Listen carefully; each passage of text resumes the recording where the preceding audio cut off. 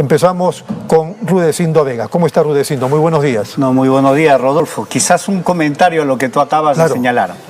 El primer comentario que yo diría es, habría que evaluar el margen de acción y de representación para negociar que tiene el ministro de Salud. ¿Y por qué lo digo? Porque, claro, él es el titular del sector, su voz debería de ser el acuerdo definitivo. Pero recordemos que el dueño de la plata, el que manda en el Perú, es el MEF.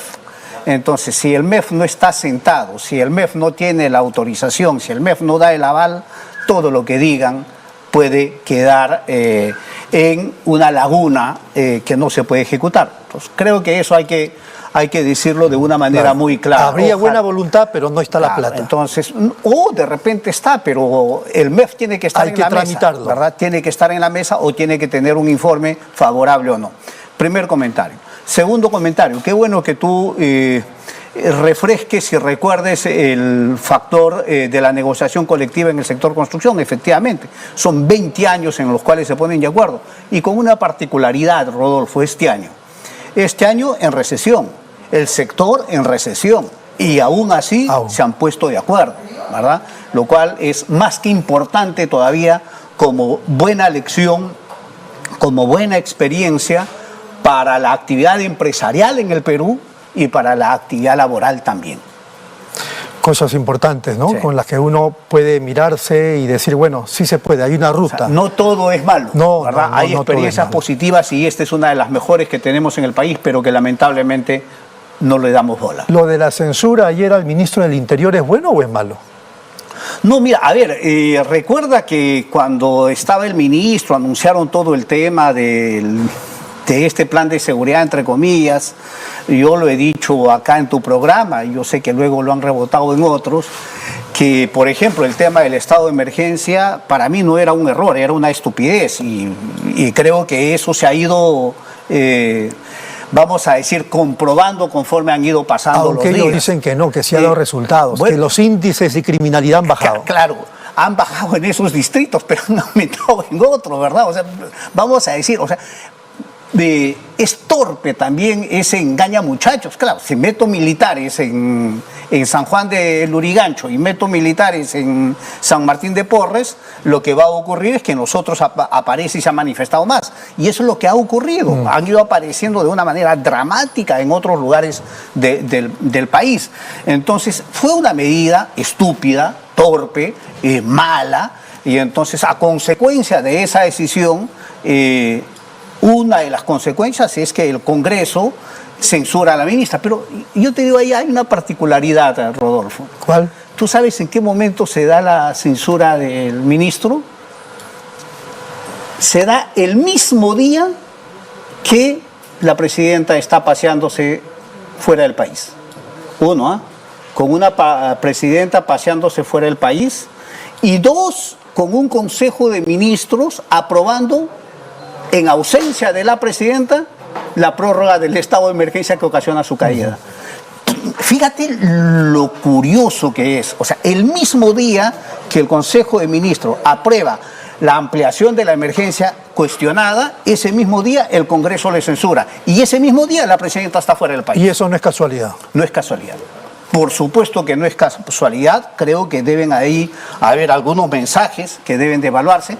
En estos últimos 10 días son 2 ministros que han sido cambiados, por inútiles, no porque, o sea, por inútiles totales, la canciller y el ministro del Interior.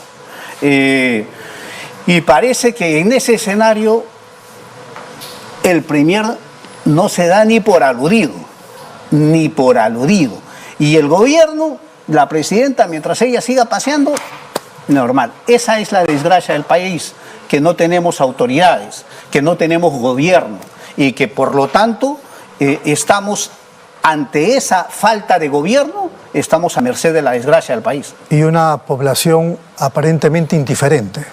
Es que yo creo que no es indiferente. Yo creo que no es indiferente porque lo expresa su rechazo, expresa su opinión en contra del gobierno. Mira, todas las encuestas nos han dicho que la presidenta está bordeando en desaprobación entre el 84 y el 85%.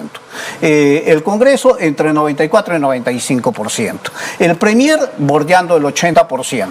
Entonces todo el mundo desaprueba a todo el mundo. Lo que ocurre es que en un momento de recesión, y yo eso siempre lo vuelvo a insistir, Rodolfo, la gente está pensando en su chamba y qué lleva a comer a la mesa. En el colegio, y usted corríjame por favor, en el colegio nos enseñan que el soberano es el pueblo. Sí, claro que sí. ¿Y es así? Sí, yo creo que el soberano siempre es el pueblo. Entonces, lo que sucede es que el soberano ahora está preocupado en cómo nutre a su familia, más allá de los derechos, de la defensa de los derechos ciudadanos. O sea, hay derechos primarios, hay derechos básicos. Sí, pero digo, si la situación está como está y le afecta, incluso la criminalidad mata a sus amigos, a sus hermanos, a sus familiares, el soberano tiene que expresarse. Por supuesto. Y si es necesario empezar a exigir cambios, ¿no es cierto? Y por supuesto. Pero por eso digo, pues solamente están en los sondeos, en las encuestas. Claro, sí, y eso es lo que te estoy diciendo. Que y eso se condice con el titular de su comentario, porque usted titula, en un comentario que ha sido publicado por el Diario 1, usted titula, sin gobierno ni autoridades, sin líderes ni esperanzas. Sí, y lo que trato de decir es lo siguiente. Casi está diciendo hay que apagar la luz. Bueno, lo que estoy diciendo es que además de los problemas de pobreza, de desempleo, de inseguridad ciudadana, de corrupción, de falta de representación, además de todos esos problemas, hay que poner un problema más. Y el problema adicional, y hay que verlo como un problema nacional, igual que los otros. Un problema nacional que tenemos en el Perú es la falta de gobierno, la falta de autoridad. O sea, hoy no tenemos gobierno, hoy no tenemos autoridad, hoy no tenemos líderes políticos que puedan permitir canalizar este rechazo ciudadano para convertirlo en una propuesta de defensa democrática. Entonces, y lo que señalo es lo siguiente, a ver, nosotros sabemos que Dina Boluarte es la presidenta, pero sabemos que ella no gobierna. Sabemos ahí que más gobierna el Premier, pero sabemos que el Premier no es el jefe real del gobierno. Pero el problema viene de más atrás, porque fíjese la etapa del 2016, PPK con Keiko Fujimori. Es que Keiko Fujimori investigada, previamente había estado presa. Decidimos elegir al señor Pedro Pablo Kuczynski. O sea, no había más. Sí, pero no había más. Yo jamás y después llega Vizcarra, a Vizcarra no lo elegimos. Llegó constitucionalmente por la renuncia de PPK.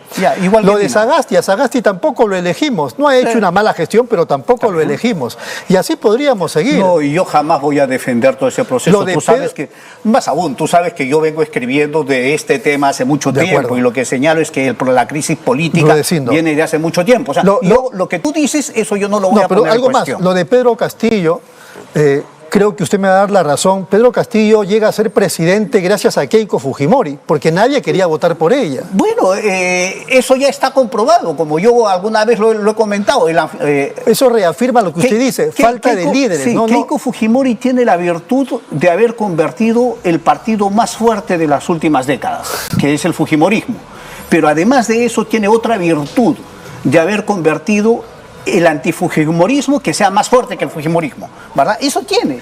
Y sobre eso es que hay que construir. Pero lo que yo quiero decirte es, no tenemos cadena de mando, no sabemos quién gobierna en el Perú, porque si no gobierna Dina, si no gobierna Otárola, nosotros decimos, el Congreso. Pero el Congreso es un montón de colectividades, de grupetes, de, si quieres, bandas, organizaciones mafiosas. Entonces, ¿quién es ahí el que manda? Entonces, ¿por qué? Porque cuando tú buscas no hay líderes claros. Entonces, como no lo encuentras en el Congreso, tienes que salir fuera.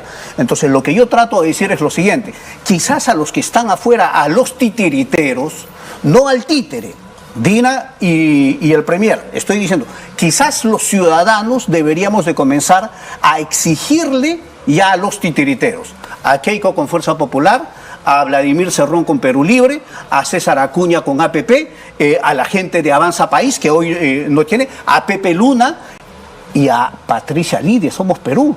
Porque ¿usted supone que ellos son los que gobiernan? No, lo que digo es que son los que están detrás. Y como son los que están detrás, son los que manejan el Estado. Hay que comenzar a exigirles a ellos también responsabilidad política y sobre todo responsabilidad democrática. Hoy, si quieres, se la están pasando de piola, se la están llevando fácil.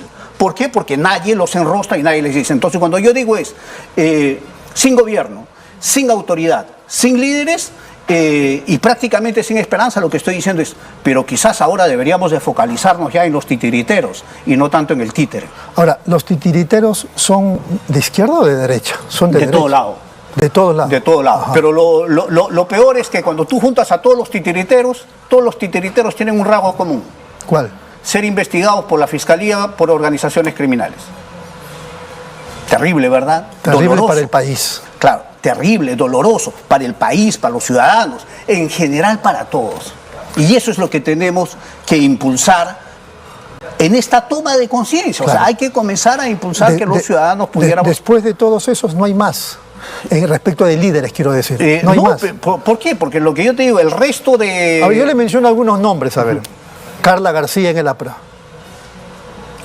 Mira, yo creo que me parece bien que si el APRA decide impulsar, renovarse a través de una persona como Celina ella. Palomino en el PRIN. Celina es una lideresa que viene de provincias formadas, tiene experiencia política del pasado, ha sido congresista y eso está bien. O sea, lo que yo exijo, lo que yo pido y trabajo por promover es que los verdaderos políticos retornen a la política. Roberto Quiabra, que acaba de anunciar ya su participación. Bueno, que los verdaderos políticos retornen a ejercer la política, porque ya estamos cansados. Nuestra política está repleta de delincuentes. Entonces no podemos seguir siendo gobernados por delincuentes. Entonces, si pueden haber políticos de derecha, de izquierda, de centro izquierda, de centro derecha, que regresen, por favor. Con esos políticos hay que trabajar. Actualmente hay 24 partidos políticos en el partidor. Y posiblemente van a llegar a 35. En el Jurado Nacional de Elecciones. Posiblemente, pero actualmente, fíjese, Acción Popular, Alianza para el Progreso, Avanza País, Fe en el Perú, Frente Popular Agrícola FREPAP, Fuerza Popular, Juntos por el Perú, Libertad Popular, Partido Aprista Peruano, Partido Demócrata Unido Perú, Partido Demócrata Verde, Partido Democrático Somos Perú, Partido Frente de la Esperanza, Partido Morado, Partido Patriótico del Perú, Partido Político Nacional Perú Libre, Partido Político Perú Acción, Partido Político Perú Primero, Partido Político PRIN, Perú Moderno, Podemos Perú, Primero la Gente, Comunidad Ecología, Libertad y Progreso, Renovación Popular, Salvemos al Perú. 24. Y en este momento hay 3 o 4 que están ya a punto de ser reconocidos. Y muchos otros en camino. O sea, esos 24 van a ser 28 o 27 en las próximas semanas. Nada más, ¿verdad? Pero, ¿sabes qué es lo que me da pena de lo que tú acabas de leer? Porque cada uno debe tener su líder. Sí, claro. Por lo menos uno. Claro, pero ¿sabes qué es lo que me da pena, Rodolfo? Sí. Tenemos 24 partidos, Sí. tenemos varios que están ahorita en el gobierno y en el Congreso. Pero los que no están, todos están mudos. Qué desgracia, ¿verdad? O sea, del único que yo más o menos veo que se pronuncia, que sale, ¿verdad? ¿Quién? Es del Partido Morado. Que uno puede criticar todo lo que quieras, ¿verdad? Uno no puede compartir o no compartir. ¿Y López Chau? De cuando en cuando se pronuncia. Después nadie se pronuncia. Entonces, por ejemplo, quizás a Celina, que la vas a conversar más tarde. Invitando todas las semanas. Le digas, oiga, ¿y cuál es la posición del PRIN respecto al gobierno? ¿Cuál es su posición? ¿Sabemos? ¿Se han pronunciado? Entonces, ese tipo de cosas hay que exigirlos. A los que están ya reconocidos, ¿por qué? Porque ellos van a participar en las elecciones, porque ellos nos van a proponer presidente, vicepresidentes, ellos nos van a proponer congresistas, nos van a proponer alcaldes, nos van a proponer nuevos gobernadores regionales. Entonces, lo que queremos es saber por dónde están yendo. ¿Qué es lo que piensan? Entonces hay que tener claridad respecto a ese tema también y hay que exigirles. A los que están mudos hay que exigirles que se pronuncien, porque esta crisis no nos debe permitir ni el silencio ni la mudez. Para terminar, ¿podría usted resumir su artículo? Que mi esperanza está en que la ciudadanía... Dice aquí ni esperanza, por eso, ni esperanza. Pero por eso, cuando usted tú dice lees, ni esperanza, ni esperanza. Cuando tú lees el remate final del artículo, dice claramente: no tenemos una cadena de mando, no tenemos gobierno, esta presidenta no gobierna, este presidente no gobierna, este Congreso se esconde detrás de los partidos políticos. Por eso nuestra esperanza está en que la ciudadanía esta vez enfile contra los titiriteros y no solamente contra los títeres. Muy bien, Rudecindo ha sido muy amable. No, muchas gracias. Muy amable. Ha sido Rudecindo Vega, vamos de inmediato a la pausa y luego regresamos.